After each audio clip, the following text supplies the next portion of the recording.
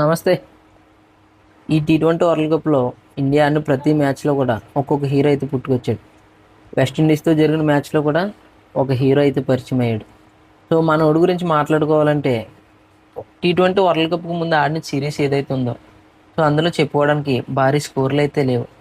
అలానే ఛాన్స్ దొరకలేదంటే కాదు, ఆడిన ప్రతి మ్యాచ్లో కూడా ఛాన్స్ దొరికింది. కానీ మనోడైతే ప్రూవ్ చేసుకోలేకపోయాడు. సో దీనివల్ల టీ20 వరల్డ్ కప్లో ప్లేయింగ్ 11 నుంచి తన ప్లేస్ని అయితే కోల్పోవడం జరిగింది. కానీ అతనికి మరొక ఛాన్స్ వచ్చింది. అది ఎలా అంటే రింకు సింగ్ వాళ్ళ నాన్న చనిపోవడంతో సో ఆ ప్లేస్ని భర్తీ చేయడానికి మళ్ళీ మనోడిని అయితే టీంలోకి తీసుకున్నారు. ఇది ఒక్కటే రీజన్ కాదు, లెఫ్ట్ అండ్ రైట్ కాంబినేషన్ గురించి కూడా మనోడు టీంలోకి రావడం జరిగింది. సో ఆయన ఫస్ట్ మ్యాచ్ ఏదైతే ఉందో సో చిన్న క్యామియో అయితే ఆడాడు. బట్ వెస్టిండీస్తో జరిగిన మ్యాచ్ ఏదైతే ఉందో తనను తాను హీరోలా ప్రజెంట్ చేసుకున్నాడు. ఇప్పటికే మీకు అర్థమైపోయి ఉంటుంది ఆ హీరో ఎవరో, సంజు శాంసన్. భారీ టార్గెట్ని చేస్తున్నప్పుడు మిగతా బ్యాట్స్మెన్స్ ఎవరో సహకరించకపోవడం, మరొక ఓపెనర్ అభిషేక్ శర్మ తొందరగా అవుట్ అయిపోవడం, సో తర్వాత వన్ డౌన్లో వచ్చిన ఇషాన్ కిషన్ కూడా అవుట్ అయిపోవడం, ఇవన్నీ ఇండియన్ ఫ్యాన్స్ని భయపెట్టిన సంజు శాంసన్కి మాత్రం ఎలివేట్ అవ్వడానికి, అతను హీరోలో మారడానికి ఇవే కలిసి వచ్చాయి. ఒక్కడో నిలబడి 97 రన్స్ చేసి ఇండియాని ఒంటి చేత్తో సెమీఫైనల్కి అయితే చేర్చాడు. ఫామ్లో ఉన్న బ్యాట్స్మెన్స్ ఆడకపోవడం, ఇవన్నీ సంజు శాంసన్కి బాగా కలిసి వచ్చిన అంశాలు. ఎందుకంటే ఒక్కసారి మనం చూసినట్లయితే సంజు శాంసన్ అన్న ఈ నాక్ ఏదైతే తీసేస్తే మిగతా బ్యాట్స్మెన్ స్కోర్లు అయితే మనం చూడొచ్చు. సో మనం గెలుస్తామా లేదా అనే డౌట్ అయితే ఖచ్చితంగా వస్తుంది. సో దానికి సంజు శాంసన్ నాన్న నాక్ యాడ్ చేస్తే మనం సెమీస్లో కూర్చున్నాం.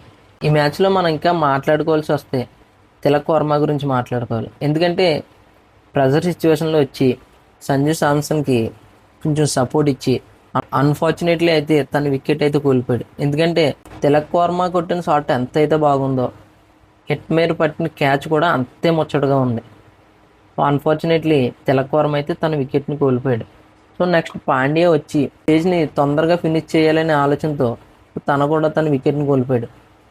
నెక్స్ట్ వచ్చిన శివన్ దుబే గురించి అయితే మనం అయితే మాట్లాడుకోవాలి. ఎందుకంటే ప్రెజర్ సిచ్యువేషన్ వచ్చి 2 4 కొట్టడం అంటే మామూలు విషయం కాదు.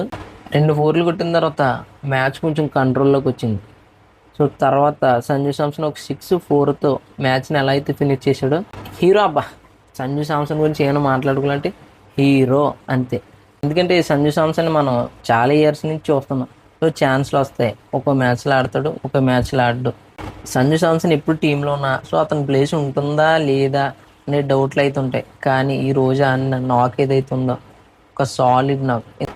ఎందుకంటే ఈ పేరు చాలా ఏళ్ళు యాదుండే పేరు అవుతుంది. అలాంటి నాక్ అయితే ఆడాడు. సో ఇప్పటివరకు చేజింగ్లో హైయెస్ట్ రన్స్ చేసిన బ్యాట్స్మెన్స్ ఇంతకు ముందు వరకు విరాట్ కోహ్లీ అయితే ఉండేవాడు. కానీ ఇప్పటి నుంచి సంజు శాంసన్ పేరు అయితే నిలిచిపోతుంది.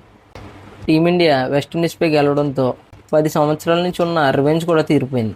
సెమీస్లో మన వాళ్ళు ఇంగ్లాండ్తో అయితే ఆడతారు. సో చూద్దాం మన వాళ్ళు హిస్టరీ రిపీట్ చేస్తారా లేదో. ఫైనల్కి ఇంకా ఒక్క అడుగు దూరంలో అయితే ఉన్నాం. సో సెమీస్ కూడా కొట్టేస్తాయి. ఫైనల్కి వెళ్ళిన తర్వాత హిస్టరీ రిపీట్ చేస్తారా లేదో చూద్దాం. సెమీస్ వరకు వెయిట్ చేద్దాం. అంతవరకు టేక్ కేర్.